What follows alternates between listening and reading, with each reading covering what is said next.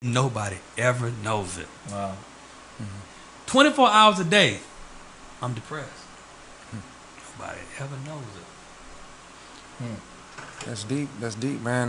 When I was listening to you talk, I always have to ask myself as a psychologist, when a person is telling me that they're experiencing, whether it's a depression, anxiety, whatever it may be, was that person born that way or did life build it into them? And so it seems to me, you back then you were grieving the death of your grandfather, and I feel like even now you might still, because you said you haven't forgiven him. I don't think that it's so much that you haven't forgiven him, and I'm not diagnosing you. Oh, no, absolutely, yeah. But I feel like you still are experiencing the sadness that comes with loss.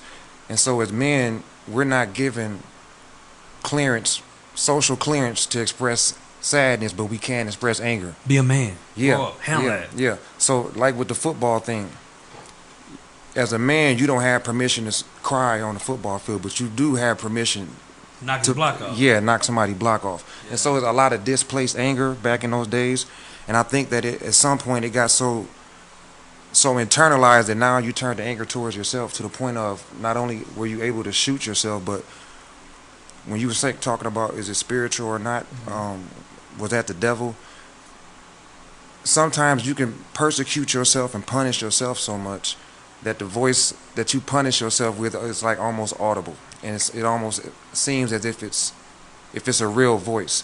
And so I think that's at some point you were able to tell yourself that you deserve not to be here, and so that's why you acted in that manner as it relates to shooting yourself. So I would just say, man, you might want to sit down and figure out, if you're grieving still, and obviously there's something there because you don't even know if you've forgiven him.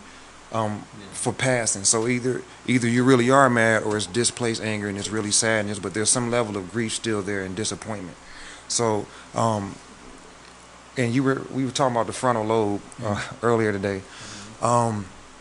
Yale, they did a study at Yale and they found that people who attempt to kill themselves, they have lower volume or weight and activity in their frontal lobe. And so your frontal lobe is basically the part that engages in critical thinking. And so when you're grieving and you're sad and you're depressed, one of the first things that goes away or is compromised is your ability to think critically.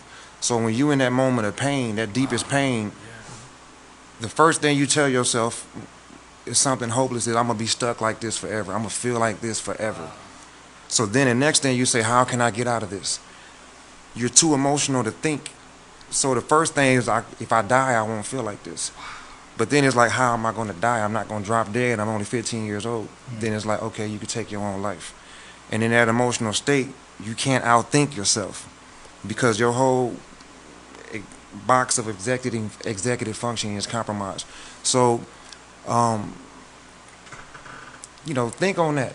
I would say think on that. Think on the fact that some of it was built into you, but some of it you could have been born with the, I would just say, a sensitivity towards pain. Meaning some people, like his grandfather could have died, your grandfather could have died. It just affects you more. Yeah, that's deep because as my life went on, I started to thrive on pain, relationship pain. I